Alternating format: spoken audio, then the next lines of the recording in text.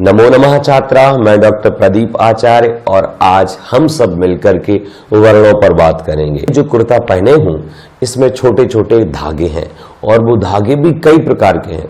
कपड़े को जोड़ने वाला धागा अलग है, कपड़े को बनाने वाला धागा अलग है, बटन्स हैं, तो बहुत सारी वस्तुओं से मिलकर के ये कुर्ता बना है। वैसे ही जो आप आवेदन पत्र, श्लोक, पाठ और एक दूसरे से जो बात करते हैं और इन सब में जो भाषा का इस्तेमाल होता है, ये सारी की सारी भाषा वर्णों से मिलकर बनी हुई है। जैसे उदाहरण से समझते हैं, राम शब्द है तो राम शब्द में पता है 4 वर्ण हैं, आधा र, फिर बड़ा आ, फिर आधा म और आ, कुल मिलाकर 4 वर्ण, जिनमें 2 स्वर हैं और 2 व्यंजन हैं। 2 स्वर आ ही है, 2 बार आ आया है, एक बार छोटे में और एक बार दीर्घ आ, एक बार लघु आ। इस प्रकार से किसी भी भाषा की शुरुआत, चाहे वो आप हिंदी समझो, अंग्रेजी समझो, सभी भाषाओं की शुरुआत वर्ण से होती है और यही वर्ण मिलकर के शब्द बनाते हैं। और कई बार तो 2 शब्द मिलकर के एक नया शब्द बन जाते हैं। जैसे राम, धन आगतः, रामागतः। यह और सरल, विद्या धन आलय, कैसे बना? विद्यालय। 2 अलग अलग शब्द मिलकर के एक नया शब्द बन गया विद्यालय। तो प्यारे बच्चों, ऐसे ही खास बात करते हुए वर्ण परिचय के बाद हम इसी वीडियो में परीक्षा से संबंधित प्रश्नों और संधि को देखने वाले हैं। तो और आप परीक्षा के लिए आईएमपी प्रश्न जानना चाहते हैं, कैसा पेपर आएगा, इन सब बातों को यदि आप जानना चाहते हैं तो 8889952226 इस पर मुझे मैसेज करिए, मैं आपको और खास बातें बताते रहूंगा। आइए शुरू करते हैं वर्ण परिचय। मैंने पहले ही आपको बताया, किसी भी भाषा का प्रारंभिक स्तर, जैसे कुर्ते का प्रारंभिक स्तर छोटा सा धागा है, कपास है, वैसे ही भाषा का सबसे प्रारंभिक स्तर या सबसे छोटी इकाई शुरुआत जो है वो वर्ण से होती है। ये वर्ण क्या है? 2 प्रकार का होता है, स्वर और व्यंजन। पर आपके मन में प्रश्न होगा, ये वर्ण आए कहां से, किसने बनाए ये वर्ण? तो संस्कृत जगत में एक कहानी चलती है कि पाणिनि जी थे जिन्होंने संस्कृत की व्याकरण लिखी, और वह व्याकरण उन्होंने कैसे लिखी? तो उन्होंने तपस्या की और बोले शंकर जी प्रकट हुए और उन्होंने डमरू के माध्यम से 14 महेश्वरी सूत्रों की रचना करी। उन्हें सुनकर के पाणिनि जी ने अपनी पुस्तक में लिख दिया, ये माहेश्वरी सूत्र क्या है? महेश यानी शंकर, और महेश के द्वारा मिले या प्राप्त हुए माहेश्वर हो गए। तो ये 14 माहेश्वर सूत्र हैं। क्या है ये 14 माहेश्वर सूत्र और वर्णों से इनका क्या लेना देना? जैसे आपने क ख ग घ आ ई उ री ऐसा पढ़ा हुआ है, वैसे ही संस्कृत में जो क ख ग घ आ ई उ जो स्वर और व्यंजन है, ये सारे के सारे माहेश्वर सूत्र से निकले हैं। कैसे? पहले हम उदाहरण से समझते हैं। एक माहेश्वर सूत्र, पहला माहेश्वर सूत्र है आई ओण, दूसरा है रे रे लिक, आई ओण रे रे लिक, ए ओंग ए औच। इस प्रकार से 14 माहेश्वर सूत्र हैं और इन्हीं 14 माहेश्वर सूत्रों में सारे के सारे वर्ण यानी स्वर और व्यंजन समाहित हो जाते हैं।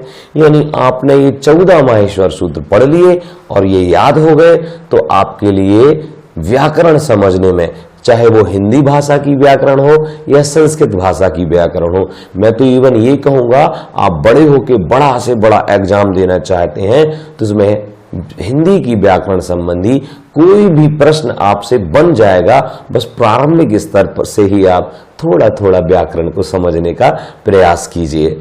तो वर्णों को समझने के लिए कहां से आए? हमको वो 14 माहेश्वर सूत्र पढ़ने होंगे।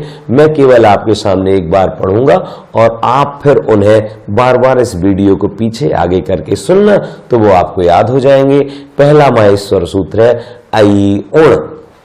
इस प्रकार से 14 माहेश्वर सूत्र हैं और 14 के 14 माहेश्वर सूत्र के अंत में जो वर्ण है, जैसे आई ओण, ण आ गया, रे ऋक, कहा गया। तो अभी मैं 14 का उच्चारण करूंगा।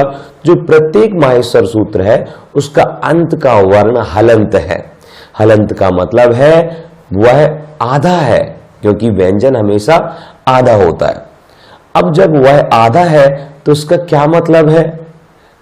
वह आधा है, इसका मतलब यह है कि हमें उसको गिनना नहीं है, उसका कोई उपयोग नहीं है, वो तो बस केवल पीछे लगा दिया है। जिसलिए हम कभी बात करें कि आप वहां से वहां तक का स्वर सुनाइए या वहां से वहां तक का वर्ण सुनाइए, तो आप क्या करते हैं?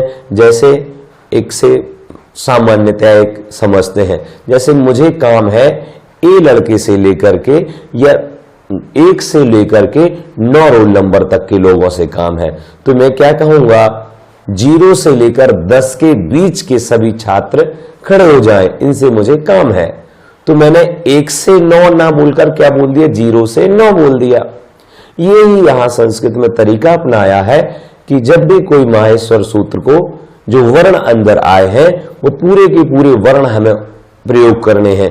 ये 4 या 5 या 10 वर्ण एक साथ बोलने हैं, तो वो वर्ण ना बोल करके शॉर्ट ट्रिक अपनाई जाएगी। उदाहरण से समझते हैं पुनः क्या है इसमें, पर उदाहरण समझने के लिए आपको पूरे माहेश्वरी सूत्र मुझे बताने पड़ेंगे। तो शुरू करते हैं माहेश्वरी सूत्र। नंबर 1 आई ओण, नंबर 2 रिलिक, 3 ए ओंग, 4 ए औच, 5 हाय वरट, 6 लण, 7 पंचम वर्ण, 7 में यम गणनम, 8 झमय, 9 गढ़ 10, 10 जब गढ़ 10, 11 खप छठत चट तौ, 12 कपय, 13 सर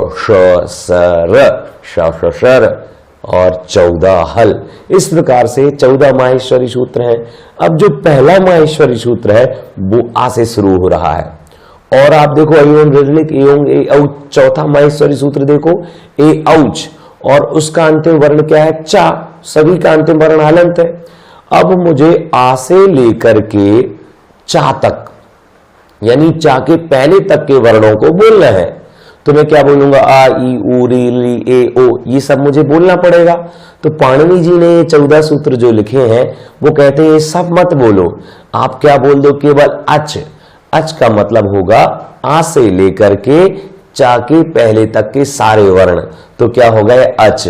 कितनी सुंदर व्याख्या है, मतलब पूरा ई उ री ली नहीं बोलना पड़ा, ये बस बोल दिया अच। तो आ से लेकर के चा के पहले, चा नहीं गिना जाएगा, अंतिम वर्ण केवल देखने के लिए है, समझने के लिए है, उसको कभी शामिल नहीं किया जाएगा। अब आपको खास बात यह है, आपको पता है स्वर होते हैं वर्णों में और व्यंजन होते हैं। अब जो शुरू के 4 माहेश्वरी सूत्र हैं, आई ओण रिलिक ए ओंग आई औच, इनमें ही सारे स्वर आ गए। आप आगे के माहेश्वरी सूत्र देखो, इनमें कहीं स्वर नहीं है। तो यदि मुझे स्वर का पर्यायवाची लिखने आ जाए तो मैं बोलूंगा अच, यानी आ से लेकर के चा के पहले तक के जितने वर्ण हैं वो क्या हैं?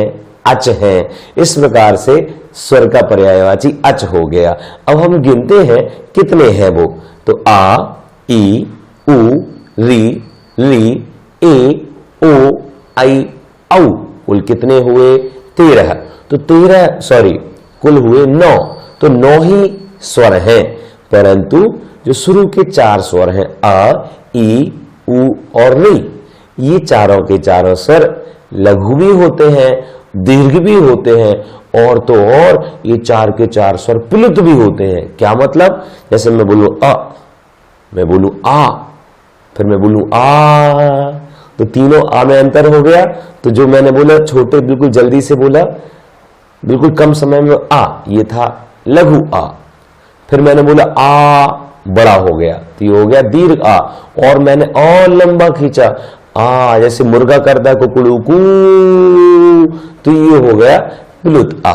पर आपकी भाषा में जो हम प्रयोग करेंगे, पढ़ाई करेंगे, उसमें 2 प्रकार के ही स्वर का प्रयोग होगा, लघु और दीर्घ। तो 9 स्वर जो हमने पढ़े, उन 9 स्वरों में शुरू के जो 4 स्वर हैं वो लघु भी होते हैं और दीर्घ भी होते हैं। जैसे आ, ई, उ, ऊ और री री। इस प्रकार से 4 लघु भी होते हैं और दीर्घ भी होते हैं। पर 5वां स्वर जो ली है, आपको अजीब लग रहा होगा कि ला तो स्वर व्यंजन है, पर ये ली को आप स्वर क्यों कह रहे हो? केवल यहां अपवाद के रूप में समझ लो या याद कर लो। इस ली का ज्यादा प्रयोग नहीं है लौकिक संस्कृत में, केवल समझना है कि ली भी एक स्वर है। बाकी ऐसी मात्रा ऋषि की किसी और व्यंजन में लगे तो वो स्वर नहीं होगा, केवल ली के साथ ही ऐसी व्यवस्था है। और ली हमेशा लघु होता है, यानी ये छोटा ही व्यंजन है, दीर्घ नहीं होता। 5 हुए। 6वां व्यंजन कौन सा है? ए, ओ, फिर आई, औ। ये जो 4 व्यंजन है ये हमेशा ये 4 जो स्वर हैं ये हमेशा दीर्घ ही होते हैं, लघु नहीं होते हैं। सामान्यतः समझेंगे जो शुरू के 4 स्वर हैं वो लघु और दीर्घ दोनों होते हैं। जो 5वां स्वर है वो केवल लघु ही होता है और जो अंत के 4 स्वर है ये केवल दीर्घ ही होते हैं। पर ये तो हुई स्वरों की बात, 9 स्वरों की बात। अब हम व्यंजन की बात समझते हैं। और 5वां माहेश्वर सूत्र क्या है? हायवरट। तो हा को छोड़ के बाकी या, वर और टा, इसको भी छोड़ा जाएगा। क्यों? क्योंकि अंतिम वर्ण तो गिना नहीं जाएगा। फिर आगे सूत्र आए लण, तो ला अकेला गिना जाएगा, ला भी नहीं गिना जाएगा। अब मुझे बोलना है अंतस्थ वर्ण। मान लो एक वर्ण का ग्रुप है, वर्णों का एक ग्रुप है जिन्हें अंतस्थ वर्ण कहते हैं। उनमें आता है या, व, रा और ला। अब मुझे या, व, रा, ला नहीं बोलना है तो क्या बोल दूं मैं? यण। यण में क्या आ जाएगा? या से शुरू करो, य, व, रा, ठीक है, और लण का ला ले लिया तो ये चारों इसमें शामिल हो गए। तो अंतस्थ की जगह में केवल बोल दूं यण, तो यण कहने से चारों वर्ण आ जाएंगे। ऐसा क्यों किया? क्योंकि जब भी आप कोई नियम बनाएंगे, जब भी कोई आप लंबी बात करेंगे तो ये बार बार आपको वर्ण ना बोलना पड़े। आप शॉर्ट ट्रिक अपनाओ, या बाराला, या आपको बोलना है कि 9 स्वर आ, ई, उ, री, तो पाणिनि जी ने कहा ये सब मत बोलो, बोल दो अच यानी स्वर। आपको या वराला बोलना है तो पाणिनि जी बोले ये सब मत बोलो, आप बोल दो या। इस प्रकार से व्यवस्था है। तो पहले अंतस्थ आए, फिर कहां से शुरू हो रहा है? हायवरट के बाद आगे शुरू हुआ 5वां वर्ण प्रत्येक वर्ग का। यम गणनम झवय गढ़ 10, जब गढ़ 10 खप छठत चट ताओ कपय। इस प्रकार से सर हल, ये 14 माहेश्वरी सूत्र में सारे वर्ण आ गए, गिनते हैं। अब मैं आपको इस व्याख्या से निकाल करके सबसे पहले 5वां वर्ण यम गणनम ले लिया, ठीक है। अब चौथा, जब आपको मैं दूसरे तरीके से लिख रहा हूं, आपने पहले भी पढ़े होगा कि व्यंजन जो होते हैं वो 5 वर्गों में विभक्त हैं, कवर्ग, चवर्ग, टवर्ग, तवर्ग और पवर्ग। तो इसमें जैसे सबसे पहला जो वर्ग है वो है कवर्ग। इस प्रकार से 5 वर्ग का जो अंतिम वर्ण है, कवर्ग का अंतिम वर्ण है इंगा, चवर का अंतिम वर्ण है इया। इस प्रकार जो 5 के 5 वर्ग है ना, उनका जो अंतिम वर्ण है वही एक माहेश्वरी सूत्र बन गया। फिर बोला चतुर्थ वर्ण ले लिया, फिर तृतीय वर्ण ले लिया, फिर द्वितीय वर्ण ले लिया, फिर प्रथम वर्ण ले लिया। इस प्रकार से पूरे के पूरे जो माहेश्वरी सूत्र उनमें सारे वर्ण आ गए।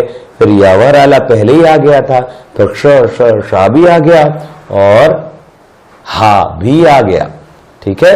हा 2 बार आया है, ये ध्यान रखना है, परंतु एक ही बार उसे गिना जाएगा। तो आप देखेंगे कुल कितने वर्ण हो गए? स्वर तो हो गए 9। अब 5वें सूत्र से शुरू करेंगे, 5वें माहेश्वर सूत्र से 14वें तक। अंत का आपको गिनना नहीं है, हा को एक बार गिनना है। तो कुल कितने व्यंजन होंगे? 33। तो संस्कृत में 9 स्वर और 33 व्यंजन हैं। ये तो हमने समझा स्वर और व्यंजन की बात। अब हम समझते हैं स्वर और व्यंजन में अंतर क्या है। स्वर स्वतंत्र होता है, स्वर को किसी की जरूरत नहीं होती है। स्वर अकेला होता है, यानी बिना किसी के भी वो आगे बढ़ सकता है। परंतु व्यंजन लंगड़ा होता है। व्यंजन बिना किसी की सहायता से नहीं कहा जा सकता, नहीं बोला जा सकता। किसी की सहायता से मतलब स्वर की सहायता। स्वर को बोलने में किसी की सहायता की जरूरत नहीं है। आ, ई, किसी और दूसरे वर्ण की सहायता नहीं ली गई। परंतु जब आप व्यंजन बोलेंगे, कोई भी व्यंजन बोलेंगे, तो उसमें कोई ना कोई स्वर अपने आप आ जाएगा। उदाहरण से जैसे मैंने बोला क, आप देखना आराम से, अब का में क्या क्या आ गया, क आ गया ना, या मैं बोलूं की तो क ई स्वर आ गया। तो ऐसा कोई भी व्यंजन नहीं है जिसे हम बिना स्वर की सहायता से बोल सकें, इसलिए मैंने व्यंजन को लंगड़ा बोल दिया था। अर्थात व्यंजन हमेशा आधा होते हैं, शुद्ध व्यंजन में हलंत लगी होती है। हाँ, जब किसी शब्द के बीच में व्यंजन आधा आएगा तो फिर आधा हम उसको बोल देते हैं। जैसे मैंने बोला कृष्ण, कृष्ण, तो यहां पर जो सा बोला षटकोण वाला वो आधा हो गया। या और भी है, जैसे मैंने बोला वक्ति, तो आधा का है इसमें, परंतु भा और अंत में जो ती आया ये पूरे पूरे व्यंजन हो गए, क्योंकि भा में आ है और ती भक्ति का जो ई है उसमें ई एक मात्रा लगी हुई है। अब ये शब्द कैसे बन जाते हैं ये और समझेंगे। वर्ण वर्ण मिलकर शब्द बनते हैं। जैसे मैं एक शब्द लिखूं बुद्धि, तो बुद्धि में क्या क्या है, या बुद्धि कठिन हो सकता है, बहुत सरल शब्द ले लेते हैं कमल।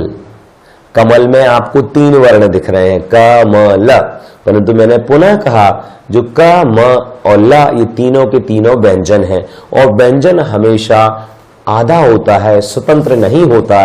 इसको बोलने के लिए स्वर की जरूरत पड़ती है। तो इस प्रकार से कमल के का में आधा का है और आ है, तो कमल का का 2 से मिलकर बना आधा का और आ। ऐसे ही कमल का मां भी और ला भी। तो कमल में कुल कितने वर्ण हुए, 6, 3 स्वर और 3 व्यंजन। अब मैं एक दूसरा उदाहरण पूछता हूं, आप मुझे बताइएगा। जैसे मैंने बोला राम, इसमें कितने वर्ण हैं, आधा रा, बड़ा आ और मां, राम। अगला उदाहरण जैसे उदक, उदक शब्द में बताइए कितने वर्ण हैं, उदक। हो सकता है किसी ने 6 सोचा हो, पर इसमें 5 ही हैं, क्योंकि पहला जो वर्ण है वो ऊ है। ऊ क्या है, एक स्वर है, और स्वर हमेशा स्वतंत्र होता है, इसलिए इसमें किसी प्रकार की मिलावट नहीं है। तो ऊ केवल एक, परंतु दा और का ये व्यंजन है, और इनमें दा में आधा दा और आ मिलकर के दा बना, आधा का और आ मिलकर के का बना। तो इस प्रकार उदक में कितने वर्ण हैं, 5 वर्ण हैं। अब जैसे मैं बड़े शब्द आपको बताऊं, अपनी कॉपी में मुझे लिखकर बताइएगा। जैसे एक शब्द लिखा मैंने पूर्वाग्रह, दूसरा शब्द आशीर्वाद, तीसरा शब्द मंदिर, चौथा शब्द संस्कृत। इन शब्दों में कितने वर्ण हैं और उन वर्णों में से भी कितने व्यंजन हैं, कितने स्वर हैं, ये आप देखिएगा और अपने शिक्षक से चेक करवाइएगा कि इसमें कितने वर्ण हैं और कितने व्यंजन हैं। तो ये तो बात हुई वर्णों की। अब वर्ण से ही मिलकर शब्द बना और शब्दों से ही मिलकर संधियां बनी। इस वीडियो में हमें संधियां भी देखना है। आइए समझते हैं क्या है संधियां। मैंने आपको बताया वर्ण वर्ण मिलकर शब्द बने, ठीक है, और शब्द शब्द मिलकर के नया शब्द बनता है। संधि का भी यही काम है। संधि क्या है, इसे सामान्यतया बिल्कुल सरल तरीके से समझते हैं। संधि क्या है, संधि ना सामान्यतया 2 वर्णों का मेल ही संधि है। पर अभी तो आपने आधा रा और आ मिला के और आधा मा और आ मिला के राम बना दिया, यहां पे कौन सी संधि है। इस प्रकार से नहीं, 2 स्पष्ट शब्द होंगे और उन 2 शब्दों का वर्णों का मेल संधि है। जैसे आधा रा और आ मिला के बड़ा रा बना दिया, या आधा रा और ई मिलाकर के बड़ी ई बना दिया, तो यहां कोई संधि नहीं है। परंतु जो 2 शब्द हैं उन 2 शब्दों के वर्णों को मिलाएंगे तो संधि होगी। नहीं आया ना समझ, उदाहरण से समझते हैं। जैसे विद्याधन आलय, ठीक है। अब विद्या के अंत में आप बताओ मुझे क्या है। विद्या के अंत में है आ, और आलय के प्रारंभ में क्या है, आलय के प्रारंभ में भी है आ, ठीक है। अब विद्या के अंत में एक आवरण है और आलय के प्रारंभ में भी आवरण है। अगर ये दोनों शब्द जुड़ने लायक होंगे तो इनको जोड़ा जाएगा। और कैसे जोड़ा जाएगा, जैसे एक उदाहरण से समझते हैं। एक ट्रैक्टर है और एक ट्रॉली है, दोनों कैसे जुड़ सकते हैं। ट्रैक्टर का पीछे का हिस्सा और ट्रॉली का आगे का हिस्सा, ऐसा तो नहीं कि ट्रैक्टर का आगे का बोनट और ट्रॉली का पीछे का भाला ढाला जो भी होता है, गेट खुलता है जहां से, ऐसे तो नहीं जुड़ेगा ना, ऐसे ही जुड़ेगा। ऐसे ही विद्या का अंतिम, जब भी आपको दो शब्दों को जोड़ना है या दो शब्दों में संधि करना है, तो सबसे पहले तो आप ये देखेंगे दोनों शब्द जुड़ने लायक है या नहीं। जैसे आपने कहा दो शब्द जोड़कर संधि बनते हैं, उनको वर्णों को जोड़ करके, तो सर एक शब्द है घर और एक शब्द है बाहर, इन दोनों को जोड़ो ना, घर बाहर। यहां कोई संधि नहीं है। संधि की परिभाषा याद कर लो, दो उचित शब्दों के वर्णों के मेल को, और कौन से वर्णों के मेल को, पहले शब्द के अंतिम वर्ण का और द्वितीय शब्द के प्रारंभ के वर्ण का मेल संधि है। फिर से समझना, संधि यानी दो वर्णों का मेल। किसके दो वर्ण? तो आप समझेंगे दो उचित शब्दों में प्रथम शब्द का अंतिम वर्ण और द्वितीय शब्द का प्रारंभ का वर्ण का मिलना संधि है। जैसे विद्याधन आलय में वा से कोई मतलब नहीं है, द्या से कोई मतलब नहीं है। संधि करते समय हमें विद्या का केवल आ देखना है कि अंत में क्या है, और दूसरा शब्द जो आलय है उसके प्रारंभ में क्या है ये बस देखना है। जैसे ट्रॉली को पीछे का हिस्सा कैसा है नहीं मतलब, कौन चला रहा है ट्रैक्टर को, बोनट क्या है, कौन सी कंपनी का नहीं मतलब, बस ट्रैक्टर में पीछे जुड़ने वाला सिस्टम है या नहीं, ट्रॉली में आगे जुड़ने वाला सिस्टम है या नहीं, ये देखा जाएगा। ऐसे ही दो शब्दों को मिलाते समय ये देखा जाएगा कि ये दोनों किसी नियम से जुड़ पाएंगे या नहीं जुड़ पाएंगे। टेबल और कुर्सी नहीं जुड़ेंगे। अब हम समझते हैं जोड़ने का भी कोई नियम होता है क्या? हम घर और बाहर इन दोनों शब्दों को क्यों नहीं जोड़ सकते? हम मकान और ईंट इनको क्यों नहीं जोड़ सकते? हम पुस्तक और विद्यालय इन दोनों में संधि क्यों नहीं कर सकते? कुछ नियम है। सभी शब्दों में संधियां नहीं हो सकती, कुछ शब्दों में संधियां हो सकती हैं। उदाहरण से समझते हैं। कैसे समझेंगे? जैसे मैंने बोला पंखा और कूलर, आप दोनों को पास पास तो रख देंगे, पंखा कूलर बहुत पास रख देंगे, पर इनके जुड़ने से कोई वर्ण मिला नहीं ना। और संधि कहती है वर्णों का मिलना होना चाहिए या वर्णों में कोई बदलाव होना चाहिए। यहां ना कोई मिलन हुआ ना बदलाव हुआ तो संधि नहीं होगी। तो फिर संधि होती कैसे है? तो इसकी परिभाषा मैंने आपको बता दी। अब पाणिनि जी कहते हैं, इसमें भी आपको लग रहा कि संधि समझ नहीं आई, तो बोले संधि तीन प्रकार की होती है अगर डिटेल में समझना है। कौन सी तीन प्रकार? तो नंबर एक पहला है स्वर संधि, दूसरा है व्यंजन संधि और तीसरा है विसर्ग संधि। क्या मतलब, इनमें अंतर क्या है? तो समझते हैं। स्वर संधि का मतलब है स्वरों के मिलने से जो संधि हो तो स्वर संधि, व्यंजनों से हो तो व्यंजन संधि, विसर्ग से हो तो विसर्ग संधि। इसी और डिटेल में समझते हैं। जैसे पुनः मैंने एक शब्द लिखा पुस्तक, या फिर मैंने लिखा पर धन उपकार, तो पर के अंत में क्या है? आ, प र, बोल के देखो पर आ गया अंत में। पर में चार वर्ण, आधा प आधा रा, और पा में भी आ मिला तो पा पूरा हो गया, और रा, तो पर में चार वर्ण है। ऐसे ही उपकार शब्द आ गया, तो उपकार में ऊ एक स्वर है, बाकी तो पकार है। जिस प्रकार से उपकार में कितने हो जाएंगे? 7 8 नहीं होंगे। तो पर धन उपकार को मिला के परोपकार बनाया। तो अब इसमें स्वर ही संधि होगी, क्योंकि पर के अंत में भी स्वर था आ, और उपकार के शुरू में भी ऊ एक स्वर था, इसलिए यहां पर स्वर संधि है। तो कैसे समझेंगे स्वर संधि कहां पर है? जब दोनों शब्दों में, यानी पहले शब्द के अंत में और दूसरे शब्द के प्रारंभ में स्वर ही हो, तो फिर वो स्वर संधि होगी। तो फिर व्यंजन कहां होगी? तो कहा जब किसी भी शब्द के अंत में व्यंजन हो, और व्यंजन आधा होता है इसलिए आधा ही होना चाहिए। जैसे मैंने बोला सत, सत का ता जो है वो हलंत है, शत, और जन तो बन गया सज्जन। तो व्यंजन संधि कहती मेरे पहले शब्द के अंत में, हर संधि में दो शब्द होंगे, तो व्यंजन संधि कहती है मेरे पहले शब्द के अंत में व्यंजन ही होना चाहिए। फिर कहती है दूसरे शब्द के प्रारंभ में व्यंजन ही होना चाहिए, परंतु स्वर से भी काम चला लेंगे। तो कहने का मतलब है व्यंजन संधि को जो करेंगे तो उसमें भी दो शब्द होंगे, तो पहले शब्द के अंत में व्यंजन ही होना चाहिए, दूसरे शब्द के प्रारंभ में स्वर और व्यंजन चल जाएगा। और जो विसर्ग संधि है वो कहती मेरे पहले शब्द के अंत में विसर्ग होना चाहिए, फिर उस विसर्ग का आप आधा सा या उस विसर्ग का आप आधा रा या उस विसर्ग का ओ या उस विसर्ग को हटा दो।